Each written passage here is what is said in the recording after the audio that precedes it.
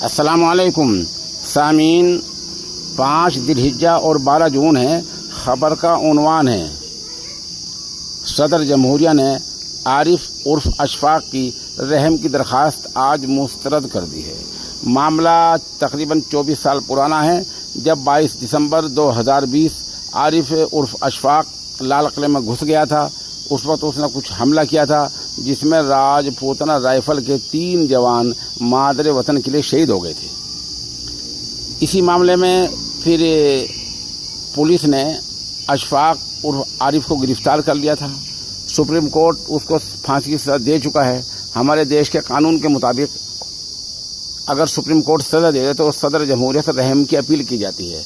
सदर जमहूरिया ने भी आरिफ की रहम की अपील मुस्तरद कर दी है।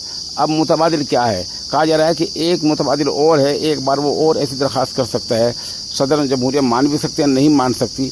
अगर नहीं मानी तो उसके बाद फांसी होनी है। बता दें, आरिफ का ये जो हमला था ये दहशतगर्दाना था और इसकी न सिर्फ हिंदुस्तान में बल्कि पूरी दुनिया में मजम्मत की गई थी।